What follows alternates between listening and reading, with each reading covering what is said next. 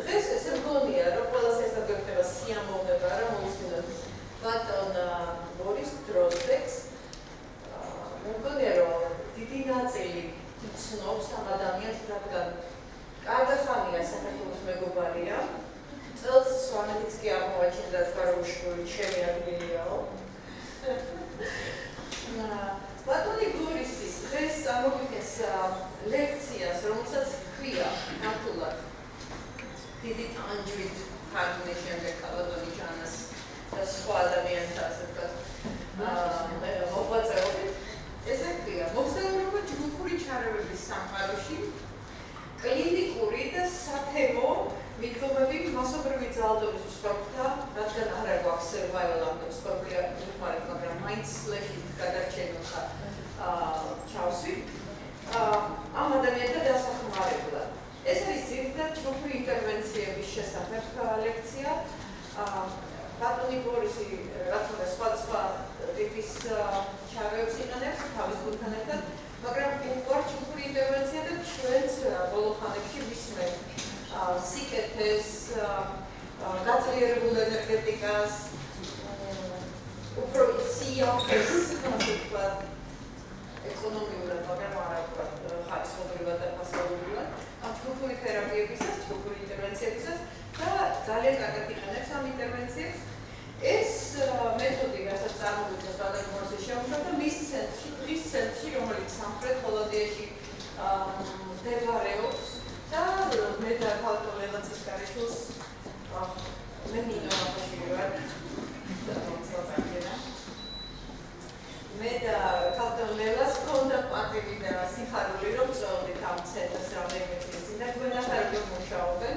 დავწერებოდით კიდევაც ერთ-ერთ ჯგუფურ სესიას და შევხვედროდით ჩეჩნელ კოლეგებს და სხვებსაც და გვენახა ის შესანიშნავი გუნდი, რომელიც თან იკვლევს, თან მუშაობს, თან სწავლობს, თან მზადაა რომ გაუზიაროს ახალგაზრდა და არა ახალგაზრდა სპეციალისტებს ამ თავიანთი გამოცდილების შესახებ. არც კი მჯერა, რომ 20 წლიანი გამოცდილება აქვს ბორის.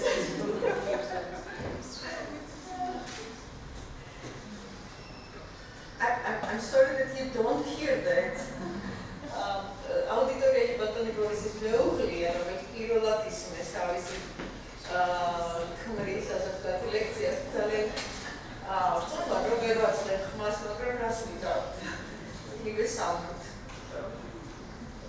უფრო სერიოზულ ნოტაზე, ამასობაში დარბაზიფსება. ბატონი ბორისი გახლავთ მეცნიერების თერაპევტი და დოქტორი. ის არის, რაც უკვე თქვი, თერაპიის ცენტრის კლინიკური დირექტორი. ასევე აქვს ძალიან ბევრი სხვადასხვა აფილიაცია და კარგი წოდება. მაინც ნაწილს ჩამოვთვლი, რაც მახსოვს. მაგალითად, ძალიან მნიშვნელოვანი რომ არის საერთაშორისო თუბრონში იმართება ეს ფსიქოტრავმატოლოგიის სკოლა, რომელიც რამდენიმე თქვენთანაც უყვარს, სამწუხაროდ მე არც ერთხელ არ ყოფილა. ამ სკოლის დირექტორია. ბატონი დროზდეკი ასევე არის IRC-ის კოპენჰაგენის ცენტრის, რომელიც წამომსხვრელთა რეაბილიტაციის საერთაშორისო ცენტრია. ამ ცენტრის გამგეობის წევრია. ის არის იშრა ნაწილი შედევანი ისოს ამ ორგანიზაციასა და ლოგისტიკის საერთაშორისო კონფერენციაში ჩავატარებ თბილისში. ეს ორგანიზაცია ადამიანის ბუნების და სამართლობის სფეროში. ამ ორგანიზაციის გამგეობის წევრიც არის მსოფლიო ამერიკულ ფსიქიატრთა ასოციაციის წევრი, არის რა თქმა უნდა ნიდერლანდების პროგრამის საზოგადოების წევრი. ანუ ძალიან მაღალი ხარისხის ექსპერტია. და ამ მაღალ ხარისხთან ერთად ისეთი თვისებები აქვს, რომლითაც პიროვნული თვისებები, რომლითაც შეიძლება კიდევ უფრო ძვირფასიც აჩვენოს ცხოვრებას. ორი ძალიან მნიშვნელოვანი წიგნის თანა ედიტორია, თანა რედაქტორი, ძალიან ცნობილ დრამატურგ ჯონ ბილსონთან ერთად. ერთ-ერთ წიგნში ჩვენს გულს პატივი, რომ მასთან ერთად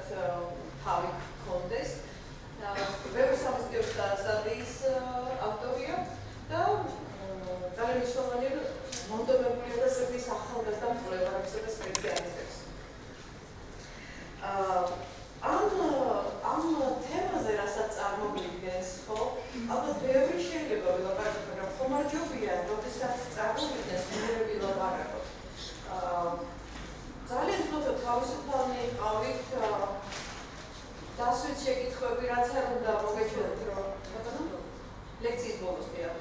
რაც არ უნდა მოგეჩვენოს, რომ შეიძლება ისეთი მაღალი დონის შეკითხვა არ არის, მნიშვნელოვანია ხოლმე შეკითხვები, სადაც ყველა შეკითხვას თავისი გამარჯვება დადგინებს. მოკლედ ძალიან თავს აღარ შეგაწყვეტ, გავდევლად თარგმნის ამ ლექციას. ბატონი ბორისის ხელოვნებას და გამოსაგებას კი თქვენიდან მოისმენთ და იხილავთ. Boris, the floor is yours. Good day.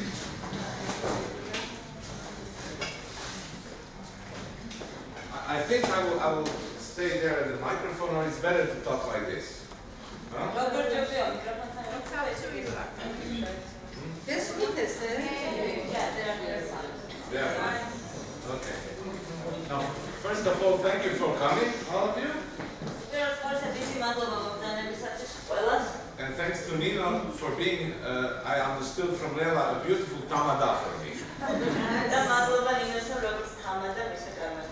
You know, one of the advantages of giving lectures in the countries where you don't understand the language is that you don't understand how people are introducing you.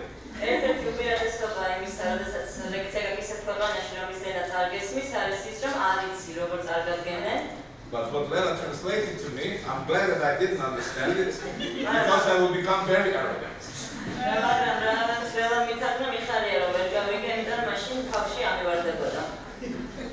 So anyway, I want to thank to the Ilia University and to GCRT for inviting me again to this beautiful country.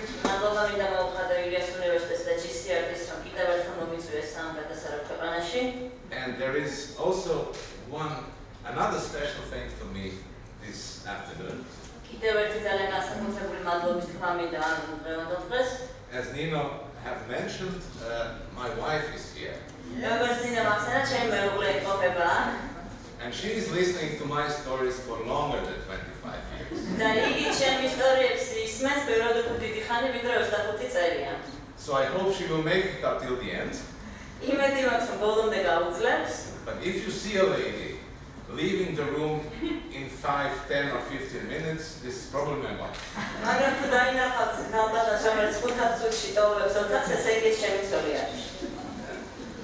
Good. What I would like to do today, I think we will manage the time, because with translation you never know how much time it will cost.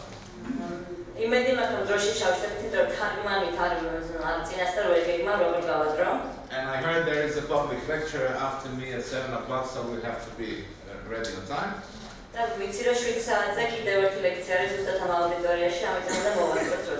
And I would like to use this next hour and a half to walk you through actually a journey, in fact my journey through the world of group psychotherapy.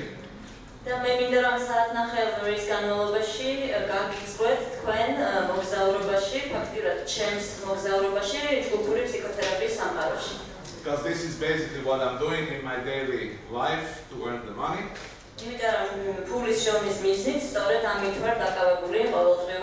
And I was very privileged in my 25 years of career and being a group psychotherapist to do this work in very different settings. So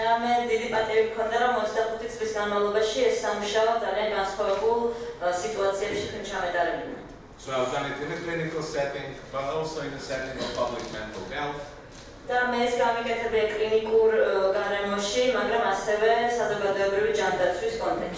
I was also privileged to do it in very different regions in the world.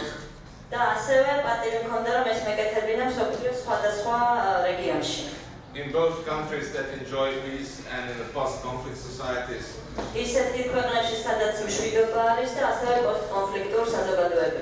So you will see some examples from Croatia, from Bosnia, also here from Georgia, and some of my latest experiences, which I value very, very much from Iran.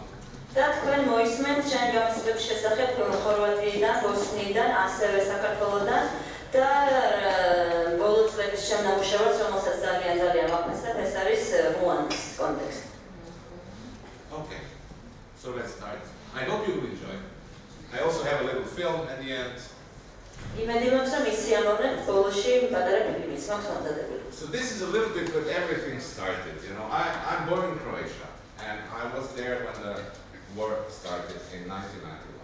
ანუ ეს არის ის საიდანაც ყველაფერი დაიწყო. მე ვარ ხორვატი, გავშდი ხორვატიაში და იქ ვიყავი, როდესაც 91-ში დაიწყო ომი. And I see a lot of young people here, but I hope you remember those times and the war in ex-Yugoslavia, which was Croatia part of. და ბევრ ახალგაზრდა სახეს ხედავთ, მაგრამ იმედი მაქვს, რომ გახსოვთ ის პერიოდი, როდესაც ომი იყო იუგოსლავიაში და ხორვატია იყო იუგოსლავიის ნაწილი. Now, you know, and that was that city of Vukovar, which was under siege for quite some months. ეს არის ვუკოვარი, ქალაქი, რომელიც ალყის ქვეშ იყო გარკვეული თვეების განმავლობაში. And which was on the border between Croatia and Serbia. ეს ქალაქი საზღვარზე არის ხორვატიას და სერბეთს შორის. And at a certain point, a large group of inhabitants of the city succeeded to come out of the city, and they all proceeded to the capital city of Zagreb, where I went. და რაღაცა მომენტში ალყის გარღვევა შეძლეს მოქალაქეების ნაწილმა და ჩამოაღწიეს ზაგრებამდე, რაც არის ხორვატიის დედაქალაქი და სწორედ ზაგრებში ცხოვრობდი მე მაშინ. And there what we did, you know, we had a little team of colleagues, 10 of us, who were sort of debriefing all of these thousands of people who came out of Vukovar. და დაახლოებით 10 კოლეგა ვიყავით, ვინც მუშაობდით და ფაქტობრივად debriefings უტარებდით ამ ათასობით ადამიანს, ვინც გამოდიოდა ვუკოვარიდან. You know, just a day or two or maybe 5 days after the catastrophe, after their flight from the city. 5-10 დღის მერე იმას მერე რაც დააღწიეს თავიანთ კატასტროფას და სამხეს. At the same time, in the context of ongoing war, air raids, total insecurity. გარდა ამისა იყო კონტექსტი ისეთი, რომ მიმდინარე იყო ომი, საჰაერო დაბომბვები იყო და ტოტალური დაუცველობის განცდა იყო. And to be honest, we didn't know what to do. და გულწრფელად რომ ვიღოთ, არ ვიცოდით რა გაგვეკეთებინა. You know, at those times, learning about the impacts of man-made violence on individual and collective psychology was not a part of the university curriculum. იმ პერიოდში ადამიანის მიერ გამოწვეული ძალადობის ზიანი ინდივიდუალურ თუ სოციალურ დონეზე აი ეს საკითხები არ იყო საუნივერსიტეტო კურიკულუმების ნაწილი. So we took some books, but it was about Vietnam veterans, or we took other books and it was the survivors of Holocaust. და ჩვენ ამიღებთ მკითხულობთ გარკვეულ წიგნას, მაგრამ ეს იყო წიგნები ვიეტნამის ვეტერანებზე, ეს იყო წიგნები ჰოლოკოსტს გადარჩენილ ადამიანებზე. And we see a lot of similarities in what the narratives of those prior survivors have been and those populations that we were working with, but yet there were also differences and we were kind of uncomfortable with it and we didn't know what to do and how to proceed. და მიუხედავად იმისა, რომ რა თქმა უნდა იყო მსგავსებები, აი ამ წიგნებში წაკითხული ისტორიებისა და ჩვენ ვისაც ხედავთ იმ ადამიანების ნარატივებს შორის, მაგრამ ყველაფერი არ ემთხვეოდა და რაღაცები იყო განსხვავებული და არ ვიცოდით რა გვექნა. So after doing this for some time, we stopped because these people could proceed into other European countries to seek refuge with a kind of a feeling that we didn't know what we have achieved. და გარკვეული პერიოდის მერე, როდესაც უკვე ეს ადამიანებმა დაიწყეს მიგრაცია ევროპის სხვადასხვა ქვეყნებში, ჩვენ დავასრულეთ მუშაობა ისეთი განცდით, რომ არ ვიცოდით მივაღწიეთ თუ არა რამე შედეგს. You know, we were empathic bystanders, we were listening in emotional, human, respectful ways to their narratives, but have we done any good? I don't know. ჩვენ რა თქმა უნდა ემათ ემპათიური რა უსმენდით, ემოციურად ძალიან უთანაგზავნით, მაგრამ გავუკეთეთ კი რამე, მათ რომ გაუმჯობესებული იყო მათ მდგომარეობა, ეს არ ვიცოდით. Well, why I tell this story is because of the fact that we didn't have some kind of teaching to guide us. We continued to explore by ourselves later on on my way in other countries and continue these quests for solutions that may be optimal for certain populations in need. ანუ რატო ყვები ამას, რომ იმის გამო რომ არ ვიცოდით რა უნდა გავაკეთებინა ზუსტად, მუშაობის პროცესში ასე ვთქვათ, სწავლობდით და ვარკვევდით რა იქნებოდა ის ოპტიმალური ჩარევები და გადაწყვეტები, რაც შეიძლება დასახმარებლად მათ. You know, we didn't have a doctrine. არანაირი დოქტრინა ჩვენ არ გაგვაჩნდა, which makes you very free on one hand, but also very unsafe because you do all this time these trials and errors. რაც დოქტრინის არ ქონდა ერთის მხრივ ძალიან დიდ თავისუფლებას გაძლევს, მაგრამ მეორეს მხრივ ბევრ შეცდომას უშვებდა და შეცდომებით სწავლობდა ვითარდება. And slowly on we developed our own doctrine. და ნელ-ნელა დროთა განმავლობაში ჩვენი საკუთარი დოქტრინა შემოშალეთ. But whatever I tell you, it works only for people that we have worked with in the situation that we have been. So it may not work for you, but I think there are many useful universal details for all of you involved in this field to use in your careers. და რასაც მე დღეს მოგიყვებით, ეს არის ის, რაც ჩვენ გამოგვადგა, რითაც ჩვენ ვმუშაობთ და რაც მუშაობს იმ კონკრეტულ სიტუაციაში, რომელშიც, რაც ეფექტურია იმ კონკრეტულ სიტუაციაში, რომელშიც მუშაობ. ეს შეიძლება თქვენ კონტექსტს არ მოერგოს, მაგრამ დარწმუნებული რომ არის ძალიან ბევრი რამ, რაც თქვენთვისაც მისაღები იქნება. Let's go to the next slide. Now, if you just take a step back from my personal story to the theory, then we see that basically, whenever working with survivors of man-made violence, or as we call it now, survivors of trauma, there are two main approaches, the covering and the uncovering one. ეხლა რომ დავუბრუნდეთ ასე ვთქვათ თეორიულ ნაწილს, როდესაც ჩვენ ვსაუბრობთ ადამიანის მიერ გამოწვეულ ძალადობაზე, ან როდესაც ვსაუბრობთ ტრავმატიზაციაზე, არის ორი ძირითადი მიდგომა. ერთი მიდგომა, რომელიც ფარავს, რომელიც ხსნის. ან ორი მიდგომა, ერთი რომელიც ხსნის და მეორე რომელიც ფარავს, მალავს. And basically in these supportive approaches, you focused on coping, you try to stabilize clients' life and their environment, and also to apply some interventions in order to enlarge their resilience capacities.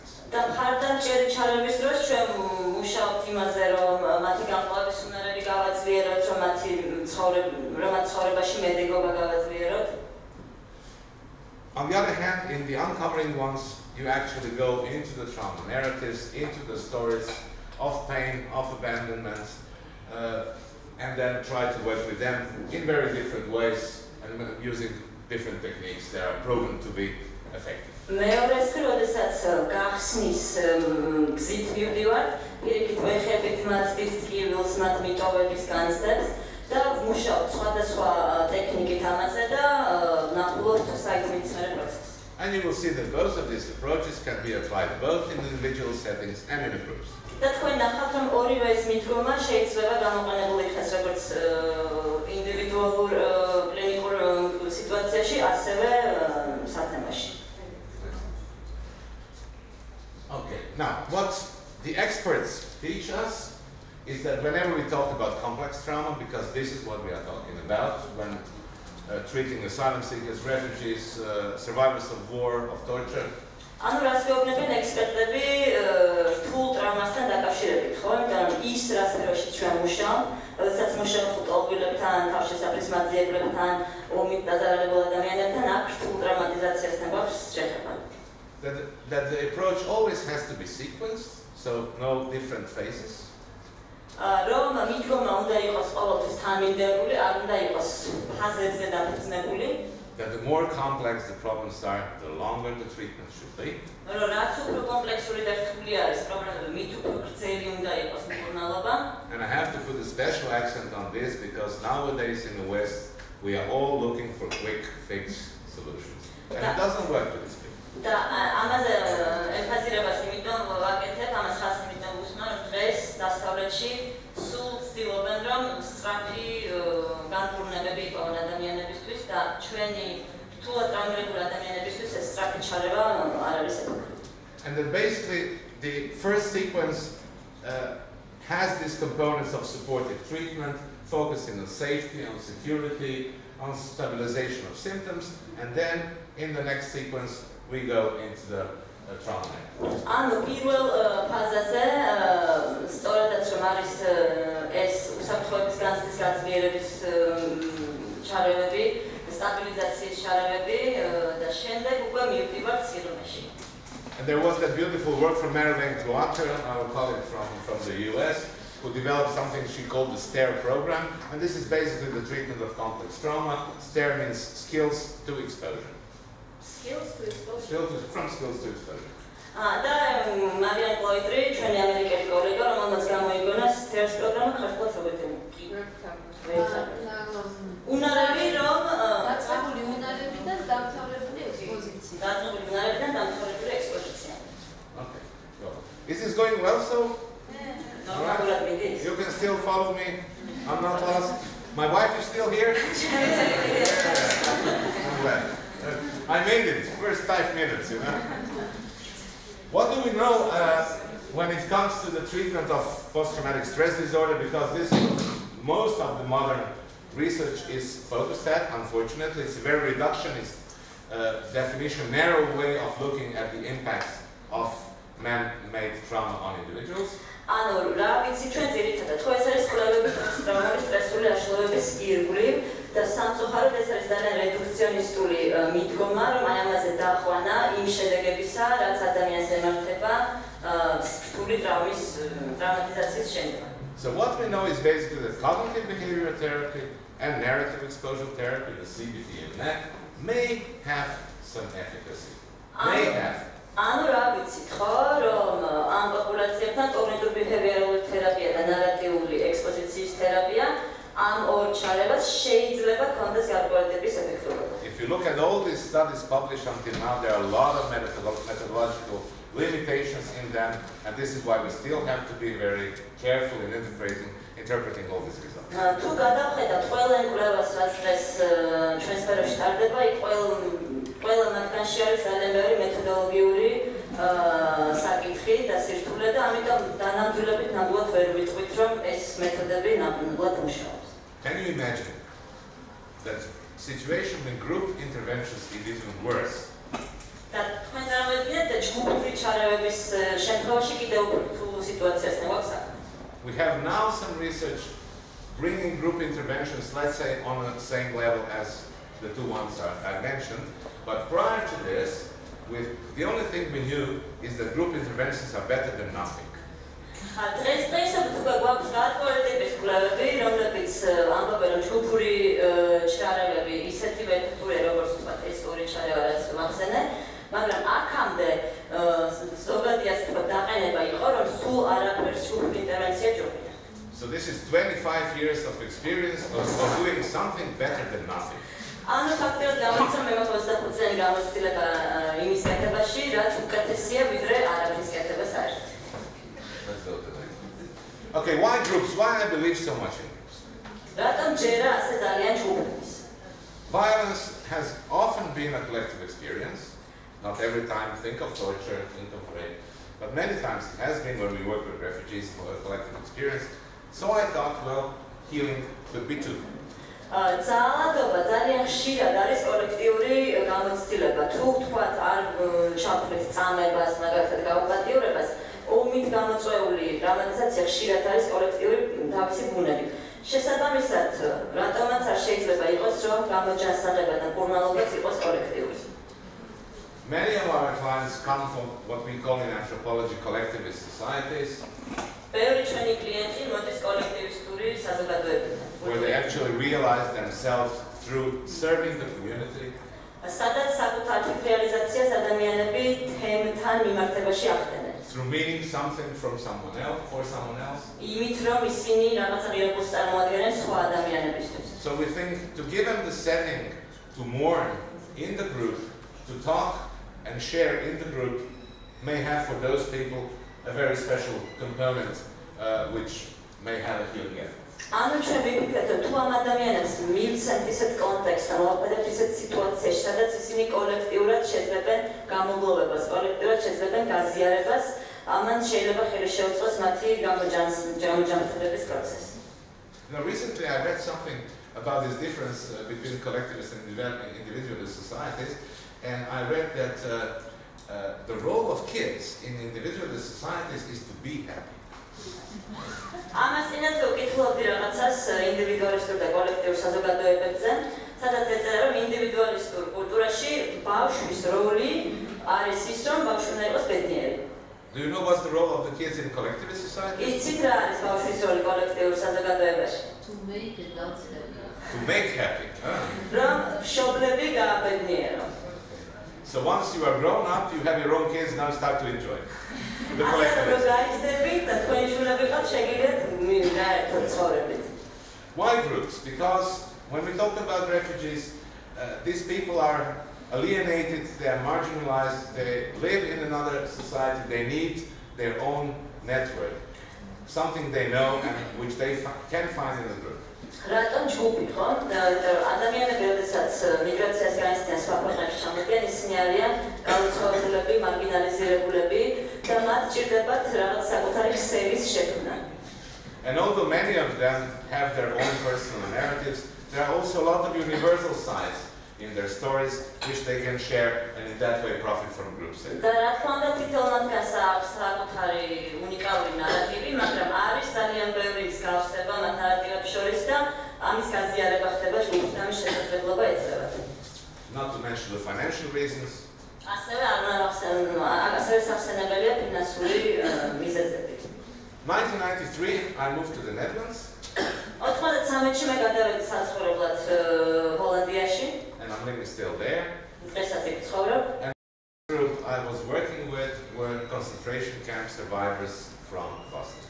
და პირველი ჯგუფი, რომელთანაც მომიწია მუშაობა, ეს იყვნენ ბოსნიაში საკონცენტრაციო ბანაკს გადარჩენილი ადამიანები. They were accepted as refugees in the Netherlands. They were living in these huge reception centers, and we started to work with them, using for the first time actually group setting. ისინი ცხოვრობდნენ ჰოლანდიაში, უტოლბულთა კოლექტიურ ცენტრში და დავიწყეთ მუშაობა მათთან პირველად ჯგუფურ გარემოში. Now this is one of these pictures you may know from the news from those times. ეს არის ერთ-ერთი ფოტო იმ დროინდელი ახალი ამბებიდან შეიძლება იცოდეთ. On the next one is one of the very popular ones that you see. This is how they looked like when they came from the concentration camps. ესეც არის საკონცენტრაციო ბანაკის ფოტო ბოსნიის და ესეც მდგომარეობაში ჩამოვიდნენ, როდესაც ჩვენ ნახეთ. You know, the interesting thing, they have all been in the same camps for the same amount of time. The half of them were seriously psychologically damaged. The other half was perfectly okay. რაც იყო ძალიან საინტერესო, ეს ადამიანები ყველანი ერთი და იგივე საკონცენტრაციო ბანაკში იყვნენ, ერთი და იგივე დრო გაატარეს იმ ბანაკში, მათ ნახევარს ჰქონდა ძალიან სერიოზული და რთული ფსიქოლოგიური პრობლემები, ხოლო მეორე ნახევარი მშვენივრად ართმევდა თავს. So what we did some short-term group interventions in the reception centers where they lived at the time. და მაშინ გავაკეთეთ მოკლევადიანი ჯგუფური ინტერვენცია იმ კოლექტიურ ცენტრებში, სადაც მაშინ ცხოვრობდნენ. This was on a project base, so we had only 5 months to do something. ეს იყო პროექტის ფარგლებში დაფინანსებული, ამიტომ მხოლოდ 5 თვე გქონდა რომ რამე გავაკეთებინა. And we figured out actually to do something in 3 phases, again in sequences. და მაშინ გადაწყვეტეთ რომ გავაკეთოთ 3 ფაზად ეს ჩარევა. And actually not to go too deep into the trauma narratives because we knew we won't have enough time. და გადაწყვეტეთ არ ჩავსულიყავით ტრაუმის ნარატივებში, რადგანაც ვიცოდით რომ ცოტა დრო გქონდა. So to start with, we gave them a lot of information about what the impacts of what they've been through may have on their mental health. ანუ მათ ვაწვდით ინფორმაციას თუ რა გავლენა შეიძლება ქონდეს მათ ტრაუმატიზებას მათ ფსიქიკური ჯანმრთელობის მდგომარეობაზე. But not only the war, not only the camps, but also the forced migration. და არა მხოლოდ ომის და ბანაკების გამოცდილება, არამედ იძულებით ადგილმაცვალეობას რა შედეგი შეიძლება ქონდეს. We tried to teach them how to recognize and eventually manage to avoid the triggers that remind them of what they've been through. ჩვენ მათ ვასწავლეთ როგორ დაიდენტიფიცირებინათ ის ასე ვთქვათ მაპროვოცირებელი ფაქტორები, რომელსაც შეიძლება რეტრაუმატიზაცია გამოიწვიოს და შემდეგ როგორ ესწავლოთ საკუთარი თავის მართვა, რომ აი ამ ტრიგერებისას არ მომხდარიყო რეტრაუმატიზაცია. To identify this little, often there are very little things, the survival strategies that help them to survive in that hell. და ასევე ვეხმარებოდით რომ აღმოჩნდეთ ეს თუნდაც სულ პატარა გამკლავების და გადარჩენის სტრატეგია, რაც მათ ეხმარებოდათ აი იმ ჯოჯოხეთის დროს რომ გადარჩენილიყვნენ ამაში. And you know those little things were, for example, they were lined up every day for everything, for food, for toilet, for whatever. And then they told me, and this is what they tell to us, they tell them when they avoid the gaze of the guards, they make more chance to survive. If they look straight in the eyes to the guards, they may be picked out and may be killed or tortured. ანუ რა პატარა გადარჩენის სტრატეგიებზე ლაპარაკი, ხო მაგალითისთვის ყველაფრისთვის რიგში აყენებენ ამ ადამიანებს საჭმლის რიგში ტუალეტში შესასვლელად იყოს სულ რიგები.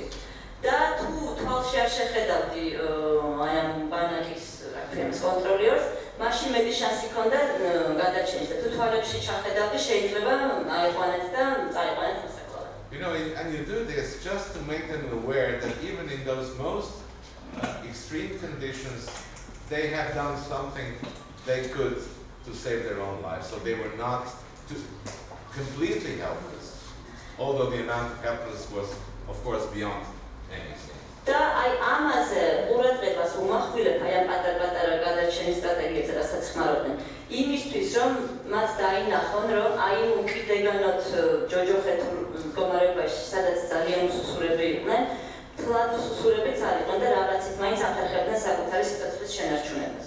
And then we were talking also, for example, about these themes like relationship towards the perpetrators. You know, some people wanted to forget and forgive, the other ones wanted to go back and to punish, to revenge. ასევე ლაპარაკობდით, განვიხილავდით მოძალადეებთან მათ მიმართებებს. ზოგ ადამიანს უნდოდა რომ დაივიწყებინა და მიეტევებინა. ზოგ ადამიანს უნდოდა რომ დაბრუნებულიყო იქ და შური ეწია. And then you've got these discussions, you know, if you go back and revenge, wouldn't you be the same as your perpetrator? და მე იყო მსგავსი დისკუსიები, რომ თუ უკან დაბრუნდები და შურს იწიათ, ამით ხო ემსგავსები იმ მოძალადეს, ვინც შეძალადობდა. But how to forgive? მაგრამ როგორ მიუწევოთ?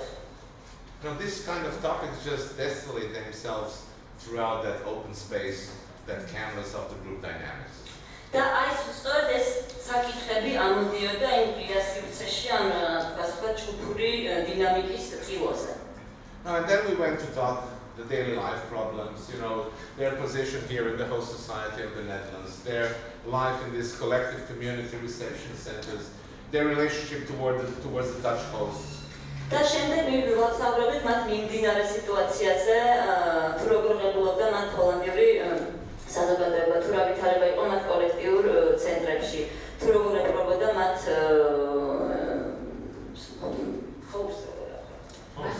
მასპინძელი საზოგადოება. Has anyone been in the Netherlands? Okay, then you know their language, they have a lot of these sounds. So do we. Huh? You know, and with those groups, as you usually have with migrants, you have people who either idealize their past or they idealize their current situation of the host community. ანუ ხშირად მიგრანტებთან ასეთ ვითარებას ვხვდებით, რომ ისინი ან საკუთარი წარსულის იდეალიზირებას ახდენენ, ან მასპინძელის საზოგადოების და ქვეყნის იდეალიზირებას. And those idealizing the past used to say, you know, in our Bosnian language, we have 100 words for love, 25 words for peace. და ისინი ვინც წარსულის იდეალიზებას ახდენდნენ იმ ჩვენ ჯგუფებში ამბობდნენ, რომ ჩვენ ბოსნიურ ენაში მაგალითად 100 სიტყვა გვაქვს სიყვარულის აღსანიშნავად, 30 სიტყვა გვაქვს მშვიდობის აღსანიშნავად. The houses in our villages are most beautiful, more beautiful than the houses for the richest Dutch people. და ჩვენი სოფლის სახლები ბევრად უფრო ღამაზია, ვიდრე ყველაზე მდიდარი ჰოლანდიური სახლები. And Dutch language with this, is this a language or a speech disorder? Or a speech disorder. და ჰოლანდიური ენა თავისი ხილობით ეს ენა თუ მეტყოლების აშლილობა. So we've got this splitting, you know, on good and bad, the past and now. ანუ სულ ესეთი დაყოფები იყო, კარგი, ცუდი, წარსული რაც ყო. And then because of these limitations of 5 months, we started to guide them to develop some expectations from future. და იმის გამო რომ ლიმიტირებულები ვიყავთ დროში, ფაქტობრივად ვეხმარებოდით მათ, რომ გარკვეული ტიპის მოლოდინები, ადეკვატური მოლოდინები შექმნათ მომავალთან დაკავშირებით. Can you invest in a new start? Is it worth to invest in a new start after all these things that you have been through? How to do it? შეგიძლია საკუთარ თავის ინვესტირება და გააკეთო იმაში, რომ ხელახლა დაიწყო ყველაფერი, გააქვს იმის ძალა, რომ ამ მთელი ამ გამოცდილების მერე სახანის სტარტი აიღო, ასე შემდეგ ამ თემებს განვიხილავთ. And I think it was somewhere in 1995 that we published the results of this study. And the research, because we were conducting that, was very smart. And if you do these kind of interventions, try to do some research all the way, you know, parallelly. We found out that actually what we've done was okay.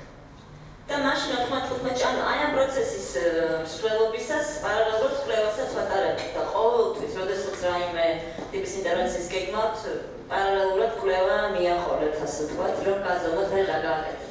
და ამ კვლევამ აჩვენა, რომ ის რასაც ვაკეთებდით, არ იყო ცუდი, რომ ამაინი იმუშავა. So even though we didn't apply any trauma-focused intervention, we saw that the psychopathology measured by PTSD and depression and anxiety symptoms was lowering them. მიუხედავად იმისა, რომ არანაირ ტრავმაზე ფოკუსირებულ ინტერვენციას უშუალოდ არ ვაკეთებდით, ფსიქოპათოლოგია, PTSD, დეპრესია, შფოთვა, ეს სიმპტომები შემცირდა ნაკლად. This will come later in the Rwanda story at the end, you will see, but now we have more sophisticated ways of interpreting what has happened even here. ბოლოსკენ რუანდასაც შევეხები კლავაც მოგიყვებით. ეხლა უფრო დახვეწილი საშუალებები გვაქვს რომ გავხსნათ. Oh, wow. All right, this was to scare you. Just briefly, a couple of these slides. You know, in these years of looking for technical ways of helping people, we may overlook the basics of human encounters. And this is just why I want you to remind of some of these things that are crucial for making every therapy, whatever you do, a success.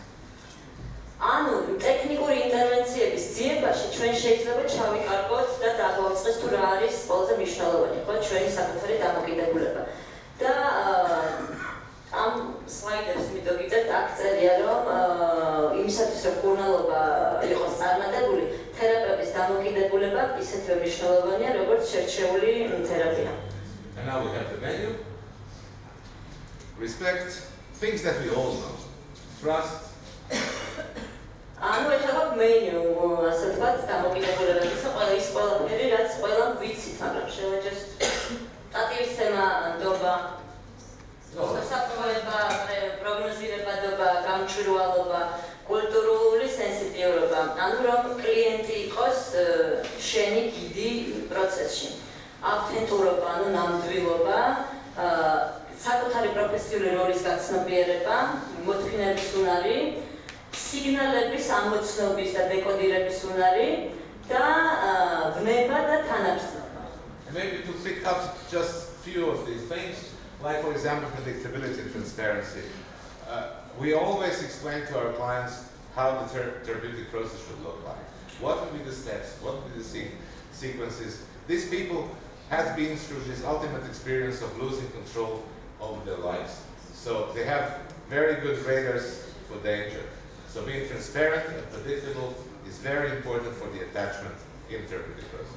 რაც შეეხება თქვათ პროგნოზირებადობას და გამჭვირვალობას, ხო? ამ ადამიანებს ძალიან ძიმე გამოცდილებები აქვთ და მათი ვერ აკონტროლებდნენ სიტუაციას ამის ძიმე გამოცდილებების დროს და ამიტომ მათ კარგად უმუშავებთ რაზარები, რომ შენიშნათ სად არის საფრთხე.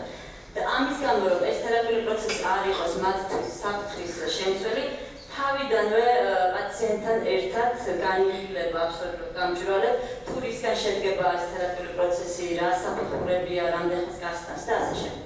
And maybe the other one, the cultural sensitivity, and this is actually what I personally only became aware of many years later. მეორე საკითხი რაც არის კულტურული სენსიტიურობა და ეს საკითხი მე თვითონაც საკმაოდ გვიან გავაცნობიერე. Because in the Netherlands, in the center where I work in, really people come from all over the world. ამიტომ ჰოლანდიაში იმ ცენტრში სადაც მე მუშაობ, მართლაც რომ მთელი მსოფლიოდან მოდიან ადამიანები, პაციენტები. So you learn to recognize the universal parts of the narratives with the very cultural specific parts. და ამან მასწავლა რომ შემეჩნია ნარატივის უნივერსალური ასპექტები და ასევე რაღაც ასპექტები, რაც ძალიან კონკრეტული კულტურისთვის არის დამახასიათებელი. Cultures have their specific ways of mourning, of resolving conflicts. კულტურებს აქვს თავისი სპეციფიური გამოგლოვების, თქვათ, გზები, კონფლიქტების გადაჭრის გზები. To talk or not to talk. იმის გზა, რომ ილაპარაკონ თუ არ ილაპარაკონ. Good. The technical knowledge must be integrated into moral professional attitude. This is absolutely no science, but I would like to share this with you. ის ტექნიკური ცოდნა უნდა იყოს ინტეგრირებული მორალურ და პროფესიულ დამოკიდებულებაში. ეს ასე მეცნიერება არის, მაგრამ ძალიან მინდა რომ ეს გაგიზიაროთ. And then we talk about love, about compassion, about respect for rage,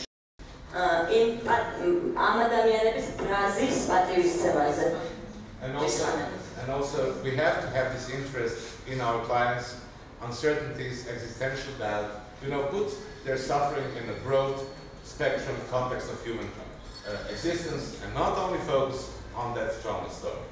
ანუ ჩვენ უნდა ჩავსვათ ეს ადამიანების არსებობის ფართო კონტექსტში და მათ რაღაც ეგზისტენციალური ეჭვები, გარკვეულობებიც უნდა შევეხოთ ამ საკითხს. ანუ ადამიანი მხოლოდ მათი ტრაუმული გამოცდილების კონტექსტში და ამ ნარატივში არ უნდა ჩავსვათ. Good. This is our center. This is where I work. Actually, this is the new old building where we are going to move into 6 months. ეს არის ის ცენტრი, სადაც ვმუშაობ, უბრალოდ დავბრუნდებით ამ ოფისში 6 თვეში. And what you see there, asylum seekers and refugees from all over the world being submitted to torture and war. და ვის ვნახულობთ ხო ამ ცენტრში უტოლვილებს და თავშესაფრის მაძიებლებს, მთელი მსოფლიო და ვინც ძალადობის მსხვერპლები იყვნენ რაღაც მომენტში და ვინც ომის მსხვერპლები იყვნენ. But also the Dutch UN soldiers who has been deployed in different UN missions from Lebanon in the 80s through Bosnia, Iraq, Afghanistan. ასევე ჩვენ აქ ვნახულობთ ჰოლანდიელ ვეტერანებს, რომლებიც გაეროს მისიის ფარგლებში, გაეროს მისიის სხვადასხვა ქვეყნებში იყვნენ ივლენილები, ლიბანში, ბოსნიაში, ერაყში და ავღანეთში. So just to give you an idea how most of the centers, at least in the Netherlands now, are developing, actually focusing on 2 populations, which were pretty much unimaginable some time ago. Either you will work with military or you will work with refugee survivors. ანუ ამას იმიტომ გიყვებით, რომ დღეისათვის ჰოლანდიაში უმრავლესობა ცენტრების აი ამ ორ პოპულაციაზე ერთად აკეთებს აქცენტს. წლების წინ ეს წარმოუდგენელი იყო, რომ სამხედრო პირებთან და სამოქალაქო პირებთან ერთი ცენტრის ფარგლებში გემუშავა. Let's go to the next one. Scali was good, thank you. So at a certain point we developed one model for group treatment, which we were exercising for at least 15 years, and this is what most of our studies are based on, with Afghani and Irani refugees, and also for a couple of years with the refugees from the former Soviet Union, Caucasus republics, Azerbaijan, Armenia, and Chechnya. ანუ ეს არის ის ჯგუფური ჩარევის მოდელი, რომელიც ჩვენს ცენტრში განვავითარეთ და რომლითაც ხელმძღვანელობთ უკანასკნელი 15 წელია და რომლის საფუძველზეც ვატარებთ ჩვენ კვლევებს. თავდაპირველად ეს განვავითარეთ ავღანიანებთან, ხო? ავღანელ და ერაყელ ტოლვილებთან მიმართებაში, ისინი იყვნენ ჯგუფებში ჩართული. შემდგომ ეტაპზე უკვე პოსტსაბჭოთა ქვეყნებიდან წამოსული ტოლვილები, ძირითადად კავკასიის რეგიონიდან, აზერბაიჯანი, სომხეთი, ჩეჩნეთი, ისინიც ჩაერთნენ ამაში. So to walk you briefly through the model, these are a couple of very dull slides. ეს ორი ძალიან მოსაწყენი სლაიდია, მაგრამ მოკლედ მოგიყვებით მოდელის შესახებ. What we do is, it doesn't matter if you are asylum seeker refugees, if your existential safety is present or not, they're all included in the groups. ანუ არ აქვს მნიშვნელობა თავშესაფრის მაძიებელი ხარ თუ ტოლვილი და ეს ეგზისტენციალური უსაფრთხოების განცდა გაქვს თუ არა. თავშესაფრის მაძიებლებს არ აქვს გარანტირებული გარჩევიან ქვეყანაში, ამიტომ არის ეს განსხვავება. და ორივეც ვთავდით მიუხედავად ამისა. This is in a day treatment setting, so people come 2 or 3 times a week, and we combine verbal therapies where we talk with a couple of non-verbal therapies like art therapy or movement therapy or music therapy. ანუ ეს ხორციელდება დღის ცენტრში, სადაც ისინი კვირაში რამდენჯერმე მოდიან და კომბინაცია ვერბალური და არავერბალური თერაპიის. არავერბალურ თერაპიებში შეიძლება შედიოდეს art თერაპია, მოძრაობის თერაპია. We started to use them because we had them already in-house. We are part of big hospitals and they have the services, but then slowly on we learned that they are really of added value. ჩვენ აი არავერბალურ თერაპიების გამოყენება იმიტომ დავიწყეთ, რომ რეალურად გქონდა ჩვენს ორგანიზაციაში ეს სერვისი ხელმისაწვდომი, უფრო დიდი კლინიკის ნაწილი ვართ და იქ ეს სერვისი ხელმისაწვდომი იყო და დროთა განმავლობაში დავინახეთ, რომ ძალიან ეხმარება ჩვენს პროცესს ეს არავერბალური თერაპია. Good. Now we'll see the sequences and you'll see if Leila drinks with Scali. Thank you. Okay. Basically, You know that if you look at the indications for group treatment for Western clients or in the mainstream literature, they are quite harsh. თუ შევხედავთ დასავლურ ლიტერატურაში და დასავლელი კლიენტებისთვის მორგებულ ჯგუფურ ფსიქოთერაპიაში კრიტერიუმებს საკმაოდ მკაცრი არის ეს. In our case, they are less exclusive, meaning that people do not have to have any experiences with any form of talking therapy. ან ჩვენ შემთხვევაში ნაკლებად მკაცრია ეს კრიტერიუმები. ერთი რომ არ არის სავალდებულო რომ ამ თითოეულ პაციენტს უკვე ქონდეს გამოცდილება რამე ტიპის ფსიქოთერაპიასთან. They do not have to have stable life arrangements as most of the asylum seekers and refugees do not have. მათ არ უნდა ქონდეთ სტაბილური, არ არის სავალდებულო რომ მათ ქონდეთ სტაბილური ყოფითი პირობები და უმეტესწილად ლტოლვილებს და თავშესაფრის მაძიებლებს არ აქვთ მსგავსი სტაბილური პირობები. And basically they do not have to be familiar with that idea that sharing your painful intimate narratives with others may heal. და მათ არ უნდა ქონდეთ და რეალურად არ აქვთ ის ცოდნა რომ შენი მტკივნეული გამოცდილების ჯგუფში გაზიარება შეიძლება გზა იყოს განკურნებისკენ. So as we all know, self-disclosure is kind of a Western concept. ანუ ჩვენ როგორც ვიცით, საკუთარი თავის გამოვლენა და ჩვენება არის დასავლური კონცეფცია. In some of the, let's say, also here in the Caucasus culture, if a woman has been raped and she knows if she discloses that she should be killed, or the perpetrator should be killed, or something has to be done, or she has to be marginalized and sent out of the community, we don't talk so easily. ანუ კულტურაში და კავკასიურ კულტურაში სხვა თუ ხელს გაუპატიურებენ და თუ ამის გაცხადებას მოყვება ან მისი დასჯა, ან მოძალადის მოკლა, ან მისი თემიდან გარიყვა, ადამიანი არ ჩანს საკეთესო საერთოდ არ მოყვეს ეს ამბავი. Okay, but of course, you know, slowly in this process of negotiation prior to starting the therapy, you try to explain certain concepts and explain your ways of healing, and finally people say, well, let's try. Right. და ანუ სანამ თერაპიაში ჩაერთვებიან აი ამ პროცესში უხსნი ადამიანებს თუ რა იქნება ეს ჯგუფური თერაპია, რა ტიპის ჩარევა იქნება და რატომაც არ ამბობენ. მოდით ვცადოთ.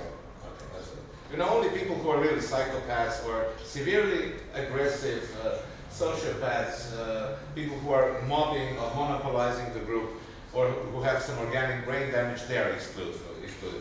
ანუ პრინციპში თიშავთ ამ ჯგუფებიდან მხოლოდ ვისაც თქვა თავის ტვინის დაზიანება აქვს ორგანული, ვინც არის ფსიქოპათი, ვინც არის ანტისოციალური, ვინც შეიძლება მონოპოლიზება მოახდინოს მთელი ჯგუფური პროცესი. Okay, and then we got these sequences, 5 phases in this case, okay? და შემდეგ გვაქვს ეს თანმიმდევრობა, 5 ფაზა. We had longer time, 1 year, twice a week we meet, in some groups even 3 times a week, so it's about 85 sessions in a week. დაახლოებით 85 სესია გამოდის ჯამში, ეს არის 1 წლის განმავლობაში, კვირაში 2 ჯერ და რაღაც ჯგუფები გქონია, სადაც კვირაში 3 ჯერ იყო ჩარება. So what you see in the first phase, norms, group norms, rules, values, you know, what's forbidden, what can we do, what we can't do, talking about things that happen in the group is forbidden outside, not to become drunk at the group session, you know, forbid the mobile phones, this kind of thing.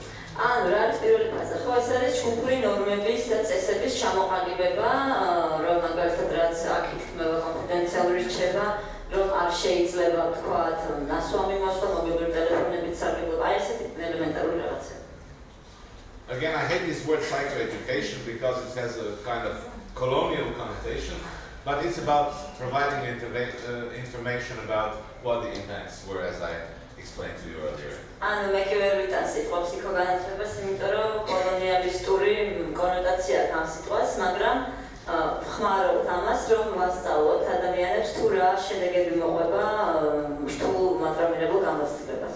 Formulating the goals, shaping the expectations that clients may have from this group trajectory. ანუ ვაკეთებთ მიზნების ფორმულირებას, ასევე რა მოლოდინები შეიძლება ჯგუფის წევრებს ჰქონდეთ აი თერაპიის პროცესში. Slowly building, you know, the complexity of this canvas of group intervention. და ნელ-ნელა ვაშენებთ და ვავსებთ აი ამ ჯგუფური ჩარევის კილოს. And finally, treatment of symptoms. You know, you have to score something on the short term because the whole trajectory lasts for a year. და შემდეგ სიმპტომების, კონკრეტული სიმპტომების მიხედვად და ასე ვთქვათ, მკურნალობა, იმიტომ რომ მოკლევადიანად რაღაც შედეგი უნდა დაინახოს ადამიანს, გრძელვადიანი პროცესი გაგრძელდეს. So either by using medication or introducing some relaxation techniques or some yoga. ანუ ან მედიკამენტების გამოყენებით, ან რელაქსაციის ტექნიკების სწავლებით, ან იოგის ვარჯიშით. Actually, to give something to our clients to take home in order to calm themselves where we are not in the. ანუ ვაწევთ ისეთ რაღაცებს კლიენტებს, რითაც მათ შეუძლიათ საკუთარი თავი დაიმშვიდონ, როდესაც ჩვენ გვერდზე არ ვართ. And then we go into the second session, and this is kind of presentation of life stories. You know, now we go slowly on into the narrative. და მეორე ფაზა უკვე არის, როდესაც მათი ცხოვრების ისტორიების გაზიარება ხდება. So you can imagine have this group of 2 therapists and about 10 to 12 clients. ანუ წარმოვიდგინოთ, ეს არის ჯგუფი, სადაც 2 თერაპევტია და 10-12 კლიენტი. And this phase we asked each of them to present his life story from the birth until the moment of today. და ამ ფაზაში ჩვენ თვითონ კლიენტს ვთხოვთ, რომ წარმოგვიდგინა თავის ცხოვრების ისტორია დაბადებიდან აწმყო მომენტამდე. But we help them to balance the good and the bad times. მაგრამ ჩვენ მათ ვეხმარებით აი ამ ხრობაში დააბალანსონ ცუდი პერიოდები და კარგი პერიოდები. The bad times should be mentioned, but they are not allowed to go into the depth. მათ აქვთ საშუალება რომ ახსენონ ეს თავისი ცუდი პერიოდები და ცუდი დროები, მაგრამ ამიტომაც არ აქვს უფლება რომ სიურმისეულად გააზიარონ და მოყვნენ ეს. And as you may know from your own clinical practice, most of people don't even remember the good times or are not able to talk about them. So we help them also to bring those memories onto the surface. და როგორც თქვენთანაც იცით, თქვენი კლინიკური გამოცდილებიდან ძალიან ბევრ ადამიანს უჭირს კარგის გახსენება, ხო და არც ახსოვთ ეს კარგი დროები. ამიტომ ჩვენ მათ ვეხმარებით, რომ ეს კარგი გამოცდილებები წინა კლასზე წამოწიონ. So every session, one client has the word and the rest is listening. ანუ თვითონ სესიაზე ერთი ადამიანი ყვება თავის ისტორიას და დანარჩენები უსმენ. And then they say, 40 hour and a half, I'm going to talk about my life. Are you crazy? There doesn't talk. და მე ამბობ რომ რას იგიჟე საათ და ხევარი ჩემ ცხოვრებაზე როგორ ვილაპარაკო, ვერ მოვყვებიან. And finally, some need 3 sessions to tell their life narratives. You know, they start with their grandfathers and grandmothers and the history of their communities. And these are beautiful, beautiful, nice personal narratives with a great anthropological value as well. და ზოგიერთ მათგანს არის ამი სესიაც არ ყოფნის, რომ მოყვეს თავის ცხოვრებისეული ისტორია. ზოგი იწყებს წინაპრების ამბების მოყოლით, საკუთარი მათ თემში რა ხდება და იმ ამბების მოყოლით და ძალიან ლამაზი ანთროპოლოგიური სურათი იშლება ამ დროს. And you see how the canvas becomes thicker and thicker, they get to know each other better. და ამ პროცესში ხედავთ როგორ უფრო და უფრო სქელდება ეს ტილო, როგორ იცნობენ ეს ადამიანები ერთმანეთს. And that's the way how we prepare them for the third phase, which is the kind of the climax of this phase sequence process. და აი ამ პროცესში ჩვენ ვამზადებთ მათ უკვე მესამე ფაზისთვის, რომელიც არის ყველაზე კრიტიკული ფაზა მთელი მკურნალობის პროცესში. Of course, we continue with all these interventions to stabilize the symptoms, again, the relaxation and other things. ან პარალელურად რა თქმა უნდა მუდმივად მიდის ეს სარელაქსაციო და სტაბილიზაციაზე მიმართული ჩაბება. And you see through all these stories they share all these themes of core beliefs, of basic assumptions that have gone damaged because of the impact of the exposure to violence also pop up. So we try to distillate them and make also themes of our sessions. და აი ამ ცხოვრებისეულ ნარატივების მოყოლაში ესეთი თემები როგორც თქვა ბაზისური მათი რწმენები, ხო? რომლებიც მძიმე გამოცდილების გამო ინგრევა და ირღვევა. აი ეს თემები ამოდის და ამ თემების ირგვლივაც ვსაუბრობთ ამ სესიებზე. And we talk about grief, about shame, about fear of loss of control. ჩვენ ვსაუბრობთ ტკივილზე, გლოვაზე, სირცხვილზე, შიშზე. Now then comes the, oh, what's this? This is wrong. This should be the third phase somewhere. Yes. This is better, thank you. Now, in the third phase, again, every session, one client has a word. შემესამე ფაზაზე ისევ თითო სესია, თითო კლიენტს ეთმობა.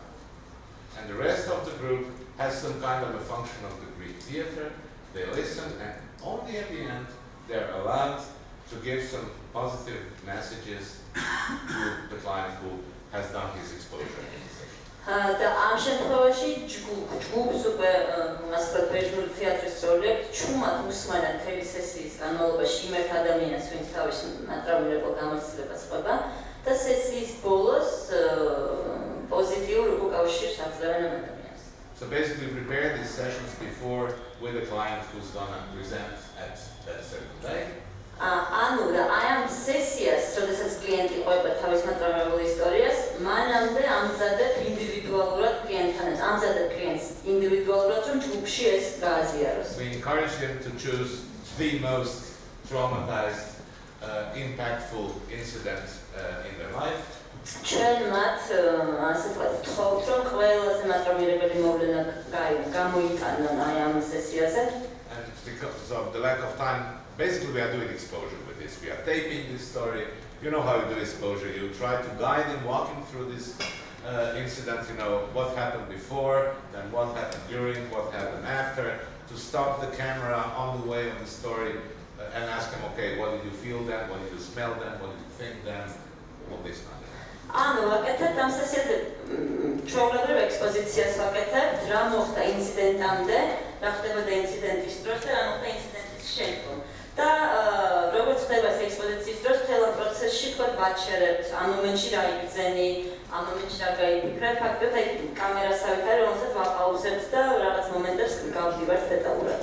და ვიდეოთიც იღებენ ამას. We take this, we give them this text home, and we encourage them to listen to their own story. ჩვენ ამას ვიდეოზე ვიღებთ, ვატანთ ფირს სახლში და ვეუბნებით, რომ სახლში ამას უყურონ ან უსმინონ. And when they ask us how long, we usually tell them as long or until the moment that you get bored by your own story. და რო გეკითხებიან, რამდენჯერ უნდა მოусმინოთ, რამდენი ხანი უნდა უსმინოთ, ვეუბნებით, უსმინეთ იქამდე, სანამ არ მოგვეცდებათ ეს თქვენი ისტორიის მოსმენა. And strangely, it's about after 8 to 10 times. და უცნაური არის ესე გამოდის, რომ 8-10 მოსმენის მერე უკვე ეს მათთვის აღარ არის აქტუალური. Some of them do not listen at all. They throw it away. ზოგი მათგანი სულაც არ უსმენს და აგდებს პირდაპირ ამ CD-ს. But they profit from the exposure component because they witness other people's stories in the group.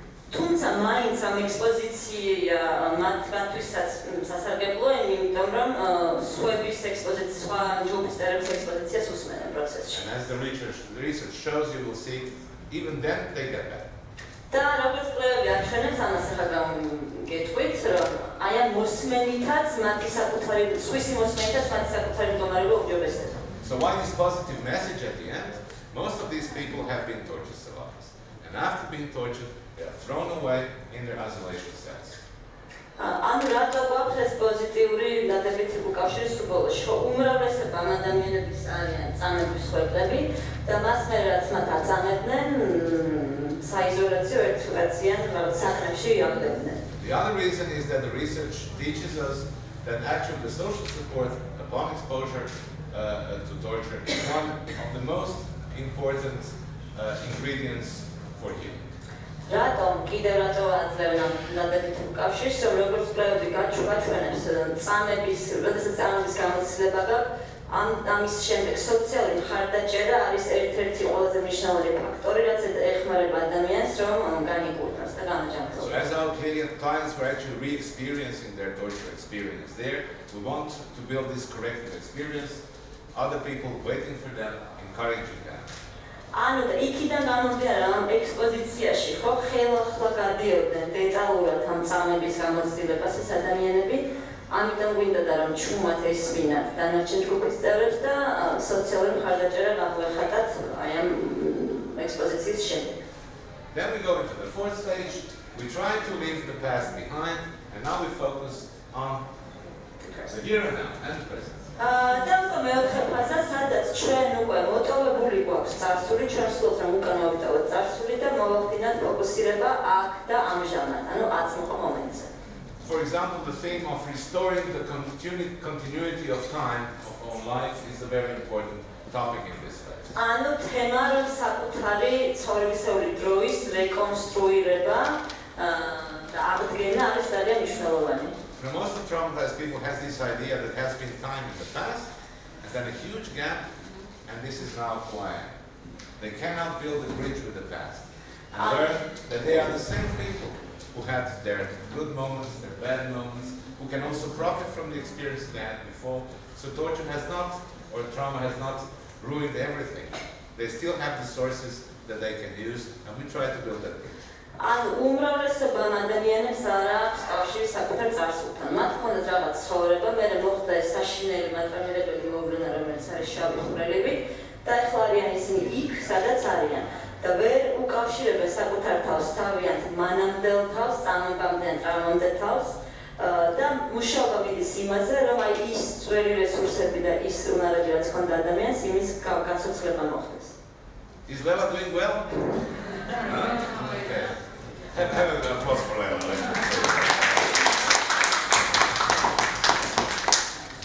Other things, roles, identity, relationship to the peers, to the family, all these things are topics that we discuss in this. ანუ პირის პარამეტრი განხილება ამ ფაზაში როლები, იდენტობები, მათი მიმართებები, ოჯახის წევრებთან, თანასწორებთან, თანაწორებთან, ასე შემდეგ. And yet again, the things that they popped up earlier, like these core belief damages, they become one of the focuses of this study. და ამ ფაზაში ეს ბაზისური რწმენების რყევა და დანგრევა აქტუალური თემა არის. Okay, then we go into the last phase, which is basically the termination, the farewell process, and the relapse prevention. ანუ შემდეგ არის დამაგვირგვინებელი მეხუთე ფაზა, რომელიც არის დამასრულებელი, არის რელაპსის პრევენციაზე მიმართული და გამომშვიდებებასთან მიმართული. And when we talk about the relapse prevention, there are two golden rules only.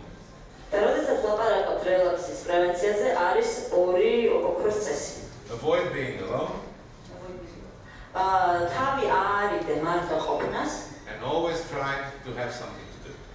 და ყოველთვის ეცადე რომ რაღაც გქონდეს გასაკეთებელი, რაღაცით დაკავდე. So it's all about distraction. ანუ ყველაფერი არ იმაზე რომ თავი გადაერთო. And there is always in our case this farewell ritual where they cook for themselves, for us, where they take pictures and photos of their chair, whether they're sitting throughout that year, of the room, of the center, sometimes even the picture of their empty chair. და ჩვენ გვაქვს ასევე გამომშვიდებების რიტუალი, სადაც საჭმელს ამზადებენ მთელი ჯგუფისთვის, სადაც ფოტოებს იღებენ, სადაც იმ ცარიელს გამოსასწორებენ ფოტოს, სადაც ერთი წლის განმავლობაში ისხდნენ. And you can imagine some of these people were not in position to take any material object from their past. So by photographing everything, they're building their own personal Wikipedia, the traces of their own existence. ანუ ეს არიან ადამიანები, რომელსაც საკუთარ წარსულთან ვერ ქონდათ ვერანაირი მიმართება მძიმე გამოცდილების გამო და იმითი რომ ფოტოების გადაღებას იწყებენ, ხო, ან ადოკუმენტირებენ აი ამ ერთწლიან პროცესს და ფაქტობრივად პერსონალურ ვიკიპედიას ქმნიან საკუთარ თავს, რომ ვინ არიან და რა არიან. Now I think we're going to rush through a couple of slides because there are some more interesting stories and because of the time. Skip that, skip this, and go to this. Okay, this is the worst slide ever, and this is a kind of a proof of my own obsessiveness. ეს არის ყველაზე საშინელი სლაიდი, მაგრამ ეს ადაპტურებს თუ რამდენად ობსესიური ვარ მე თვითონ. I want to have everything on one slide and overview. მინდა რომ მთელი მიმოხილვა გქონდეს ერთ სლაიდში. This is my overview. ეს არის ჩემი ასე ვთქვათ მიმოხილვა. This is the most important thing is this. That advocacy. აქ ყველაზე მნიშვნელოვანი არის მუჯათწელი ან ადვოკატირება. And it goes throughout the whole treatment. And it means if you work with asylum seekers, they still do not have the papers to stay in the country. So you continue supporting with this, writing letters with the immigration authorities. But for refugees, you do the same when it comes to housing, to work. So do not neglect those aspects of real life when you do trauma treatment. ანუ, როდესაც მუშაობ თავშესაფრის მაძიებლებთან და ლტოლვილებთან, ხო, უამრავი მიმდინარე სოციალური პრობლემები აქვს მათ. და ჩვენ მათ გარდა ამ თერაპიული პროცესისა ვეხმარებით ამ სოციალური პრობლემების მეტნაკლებად მოგვარებაში. თუ ეს არის თავშესაფრის მაძიებელი, უწევს წერილებს საიმიგრაციო სამსახურებს. თუ ეს არის ლტოლვილი, ვცდილობთ დავეხმაროთ სამსახურის შოვნაში და ასე შემდეგ. And I hope this sounds logical to you. და იმედად რომ ეს თქვენთვისაც ლოგიკურია, რომ ესეთი მიდგომა გვაქვს. But if you talk to some of my mainstream colleagues from the trauma world, they will say, no, we are focusing on intra-psychic damage upon exposure, and the rest is not what we should do. თუმცა ბევრი ჩემ კოლეგას მეინსტრიმული ტრავმა სამყაროდან თუ დაველაპარაკებით, ისინი იტყვიან, რომ ეს არ არის ჩვენი საქმე, ჩვენ ინტრაფსიქიკურ ზიანზე უნდა ვიმუშაოთ მხოლოდ. As if trauma happens in a vacuum, and the healing should happen in a vacuum too. თითქოს და ტრავმა ხდება რაღაც ვაკუუმში და ეს ტრავმისგან გამოსვლის და განკურნების პროცესიც შეიძლება რომ ვაკუუმში მოხდეს. Both are happening in real life, and real life is much more than only what we have in our head. ორივე ტრავმას და შემდეგ გამოჯანმრთელება ხდება რეალურ ცხოვრებაში და რეალური ცხოვრება ბევრად მეტია ვიდრე ის რაც ჩვენ თავებში გვიდევს. Let's go on. Let's go on. We'll skip this. We'll skip all of them. Basically, they are about the motivational trajectory and think this is good. Say this. This is good. Now the last thing. Those were about motivational trajectories, you know, and there are some things that we have learned. As I said in the beginning, you have all these clients who do not believe that talking helps. ანუ თავიდან ყოველდღიურად კლიენტი ვისაც საერთოდ არ ჯერა რომ ლაპარაკით შეიძლება რამე პრობლემა მოუყვება. People who do not even prioritize their nightmares as something that high that has to be tackled right away. ადამიანები, რომლებიც მაგალითად სულაც არ ანიჭებენ ისეთ მნიშვნელობას საკუთარ ღამის კოშმარებს, რომ თვითონ რომ აი ამაზე სამუშაოა და ეს დასარეგულირებელია. For example, one of our African clients, he told us that his ancestors, his father and mother, are visiting him every night in the nightmares.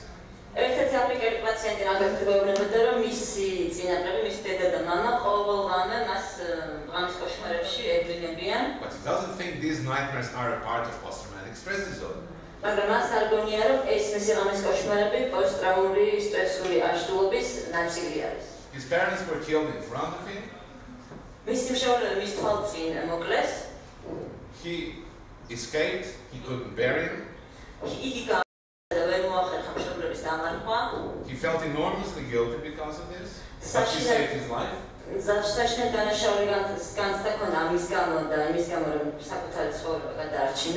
And because he didn't perform all the rituals he should in order to bury and engrave his parents, their souls are not having rest and they are visiting him every night. და იქიდან გამომდინარე მან ვერ შეასრულა ყველა იმ რიტუალის შესრულება, მან ვერ მოახერხა ყველა რიტუალის შესრულება, რაც საჭირო იყო მის მშობლების დაკრძალვისთვის. ამის გამო მისი მშობლების სულები ვერ ისვენებენ საიქირში და ყოველ ღამე მოდიან და ელოდებიან მას. You know, and these are these things that are very useful to know, that we all also learn from our clients, and that we then use it to motivate them basically into something which is a very quite Western PTSD trauma treatment. To motivate them. Yeah.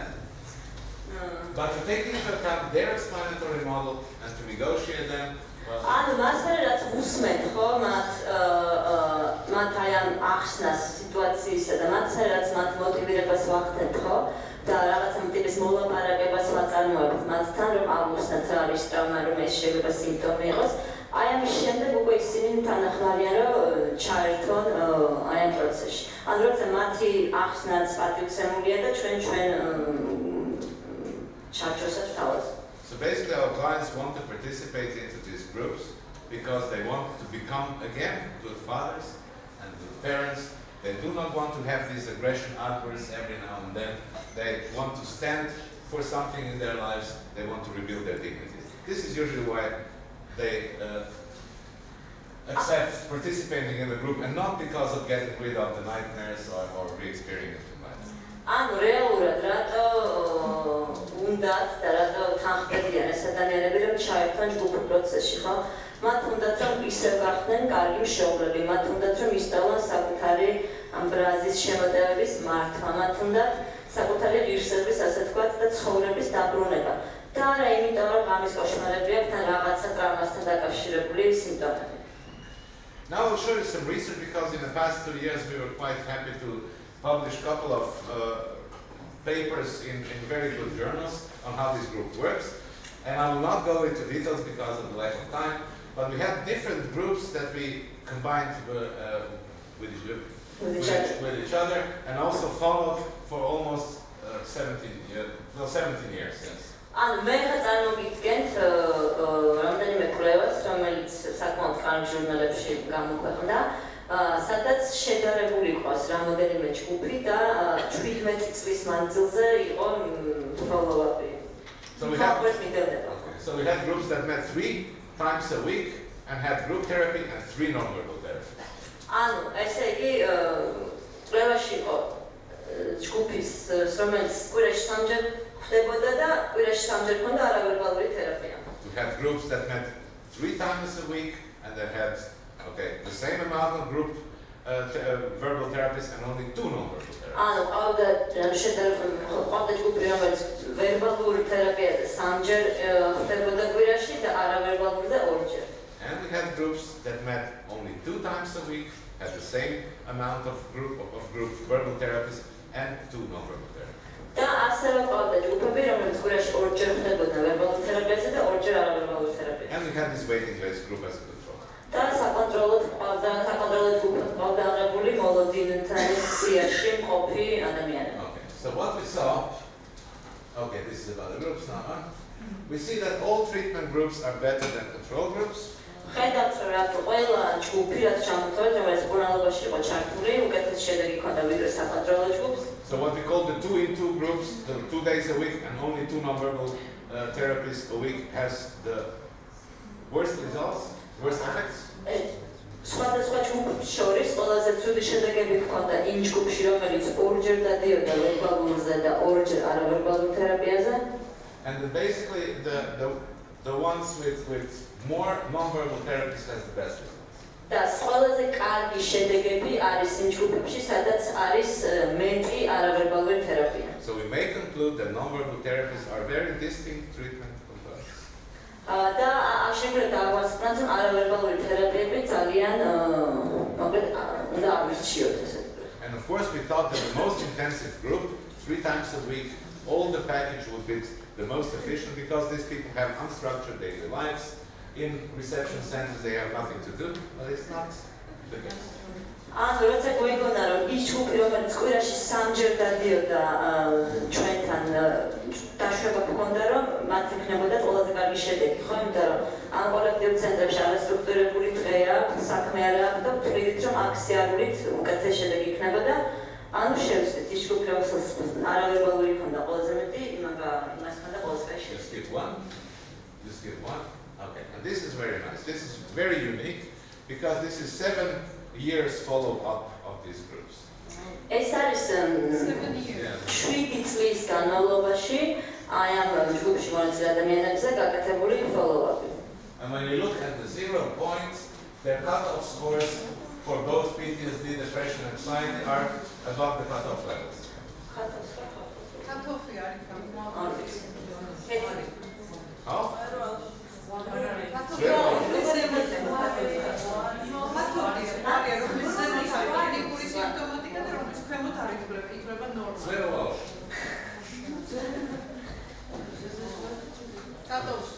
Okay? You see they are high. And you see after 1 year, 12 months, they become under the cut-off scores. Then they sort of stop the treatment and you start following them, and then 5 years upon the treatment, they continue to lower the scores. ანუ შემდეგ ამთავრებ ხომ პურნალობას 1 წლის მერე და ვხედავ რომ 5 წლის განმავლობაში ქვევით ჩამოდის და ჩამოდის ეს მაჩვენებელი. And here after 60 months, you see some kind of worsening. და 60 თვის მერე ვხედავ რაღაცა ტიპის გაუარესებას. Up to 7 years when we did the last measurement, but they never reach the cut-off scores for establishing the diagnosis.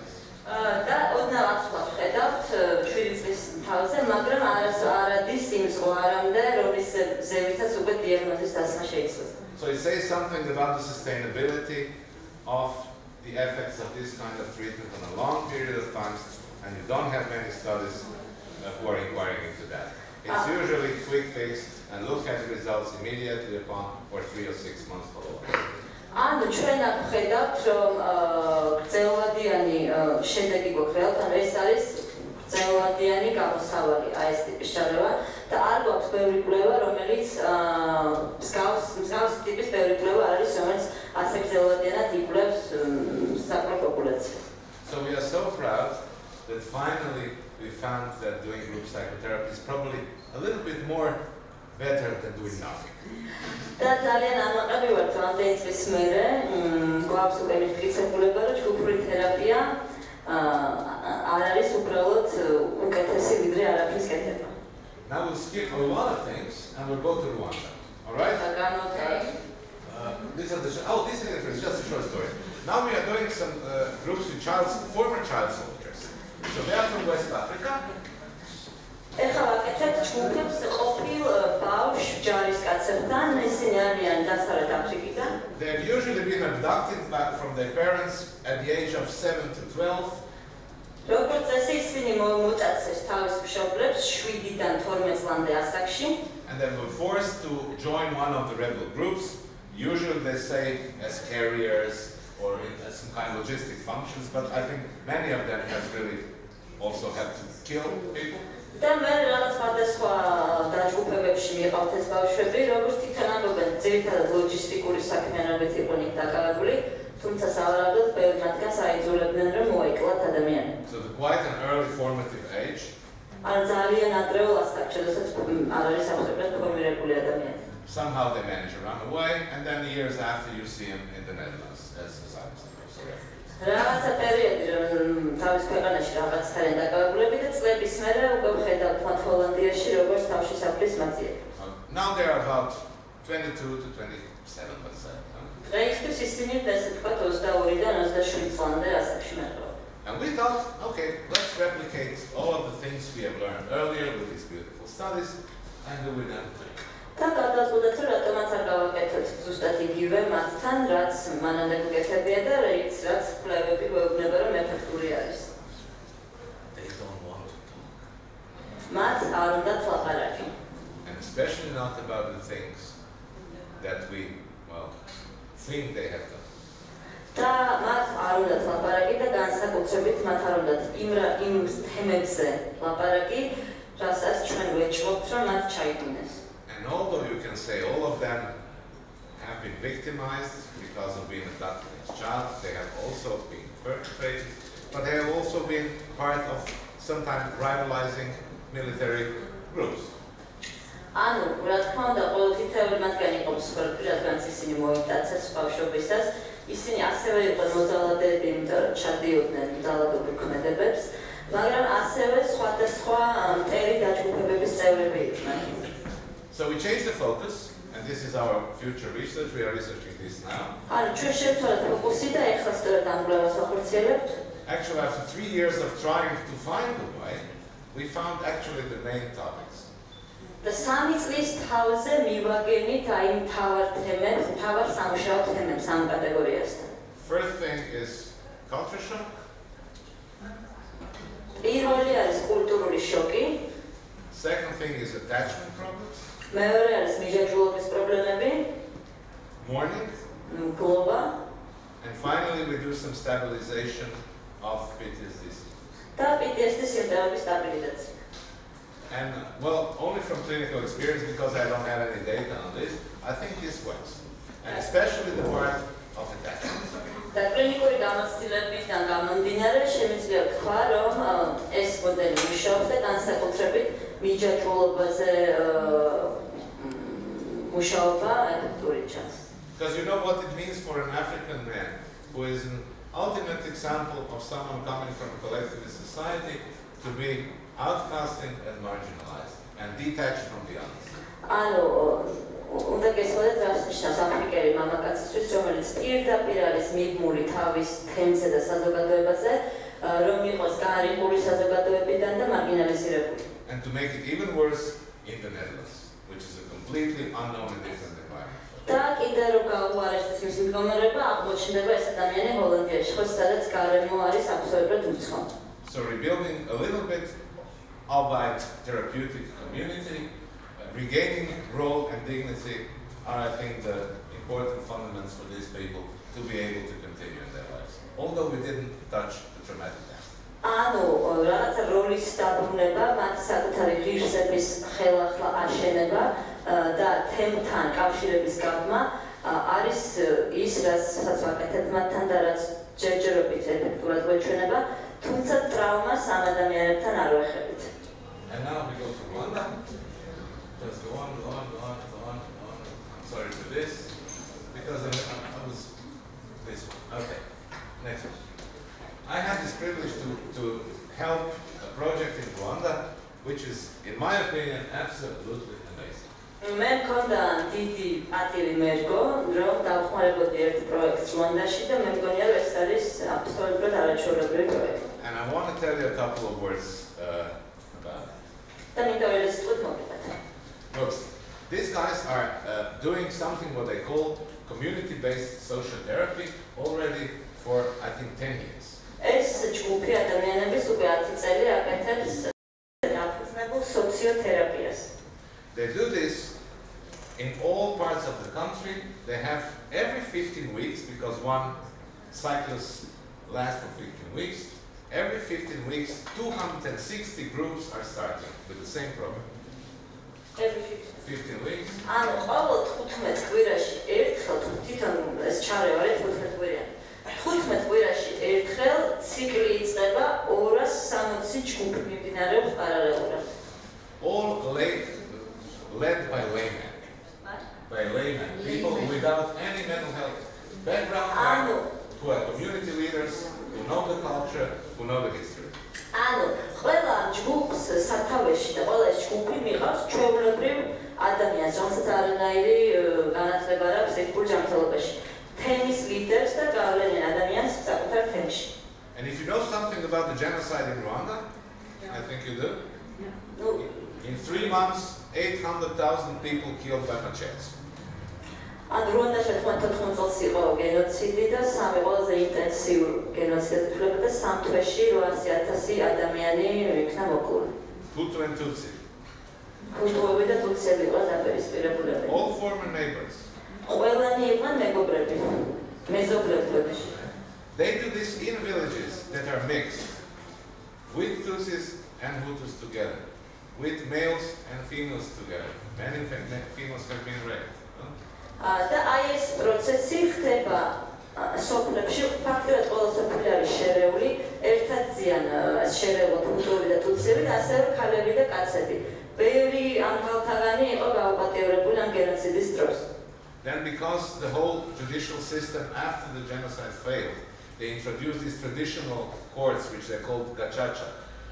So they have also these judges, who are also included in these social therapy groups, because of course a judge is usually Hutu, and he can be then marginalized by his own Hutu neighbors because he has been a judge, and judging against his own Hutus.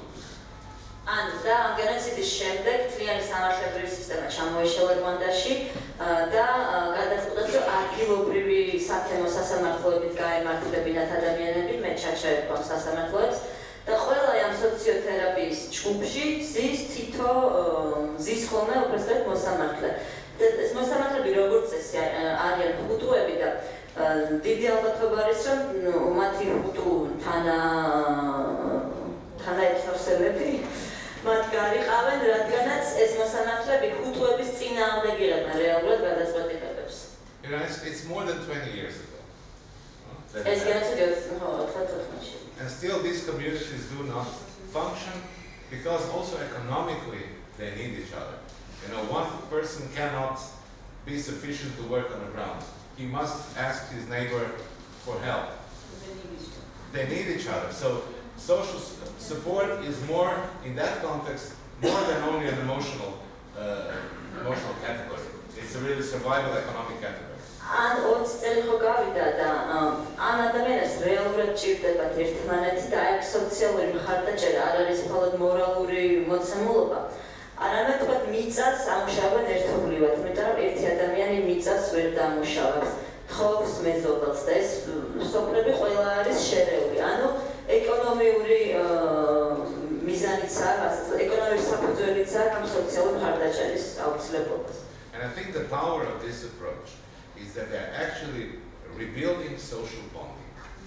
და აი ამ მიდგომის ძალა და სიძლიერე მდგომარეობს იმაში, რომ სოციალურ შეჭიდულობას აძლიერებს და აშენებენ ამ სოციალურ შეჭიდულობას. But if you do interviews with the beneficiaries and you ask them how about your mental health problems, of course not with the same words, they all tell you the stories that they start to sleep better, that they have less nightmares, that their mood is getting better. So basically, as a collateral gain, we expect during this research to see also the lowering of psychopathology, although this is not the main aim of the intervention, and actually not a single intervention is aiming at that.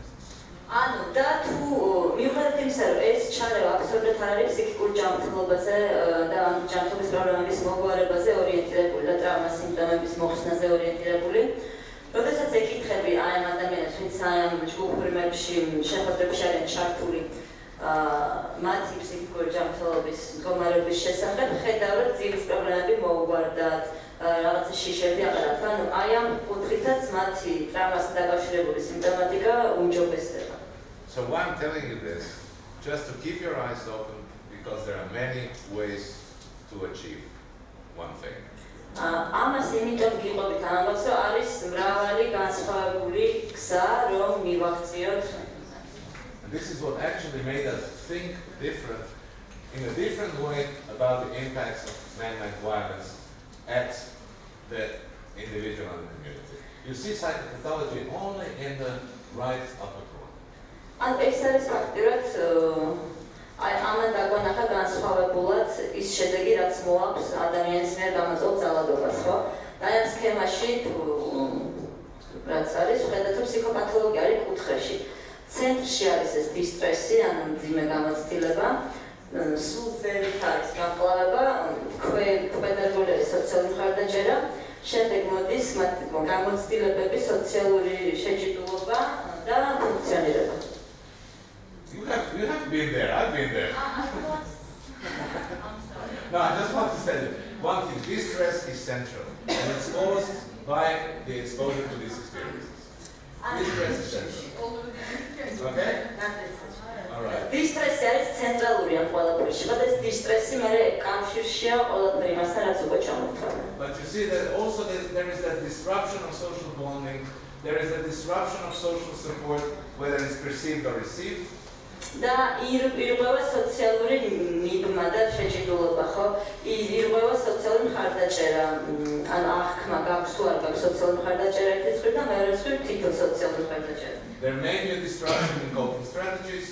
არის პრობლემები გამკლავების სტრატეგიებთან მიმართებაში. And of course there may be some psychopathology present. და რა თქმა უნდა ფსიქოპათოლოგიაც არის.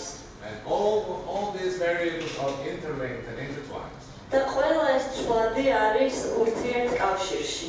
But the most important is that you don't measure the lowering of psychopathology, but the ameliorating of function. Ameliorating of function. Not measured. Not measuring of psychopathology should not be the end aim ანუ of the თავი არის study. იმაში არის, რომ კვლევების მიზანი არ უნდა იყოს ფსიქოპათოლოგიის გაზომვა, არამედ მათი ტკივილის შემსუბუქება უნდა იყოს ფოკუსი. Okay. And now I'm taking over because Lela is doing strange things. მე არ ვიღებ ჩემ თავზე ახლა, და ლელა უცნაურად იქცევა. You know what? I want to change it. I want to close this because of the time. There's a short movie, and the movie that I want to share with you is about another form of group event. Maybe Mariana can close the lights, please. This is done in Sarajevo, not so long time ago, as for the memory of all these people who have died more than 11,000 during the siege of Sarajevo. ეს ფილმი არის სარაევოზე და 11,000 ეს ფილმი ზღვა სარაევოს მოვლენებს, სადაც 11,000 ადამიანი დაიღუპა. 11,000, more than 11,000. And then all people, 11 people, 1,000. სადაც 11,000 ადამიანი დაიღუპა. Okay. Now, you know, and this is artists, we try to do it in small groups, 10 to 12 people, but I want to show you how artists do this with large groups and how art can help us and teach us a lot for our daily life. და ჩვენ მუშაობთ მცირე ჯგუფებთან, ხო? და მინდა გაჩვენოთ თუ როგორ მუშაობენ არტისტები და ხელოვანები დიდ ჯგუფებით და თუ როგორ შეგვიძლია ჩვენ ვისწავლოთ ხელოვანებით. And also in terms of how to design the new rituals. და ასევე იმ მხრივ თუ როგორ უნდა შევქმნათ ახალი რიტუალები. So just 4 minutes.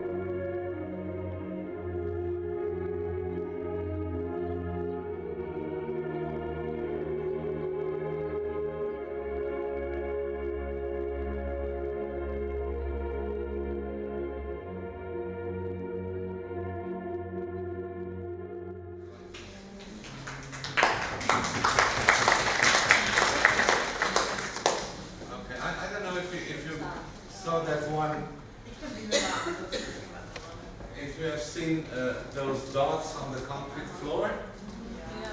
This is a part of another monument. Every place where a grenade fell in Sarajevo, they made the dots.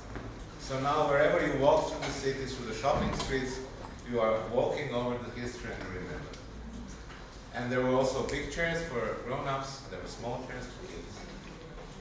ანუ წერტილები სადაც იყო მიწაზე, ეს აღნიშნული იყო ყველა იმ ადგილი, სადაც ჩამოვარდა ბომბი.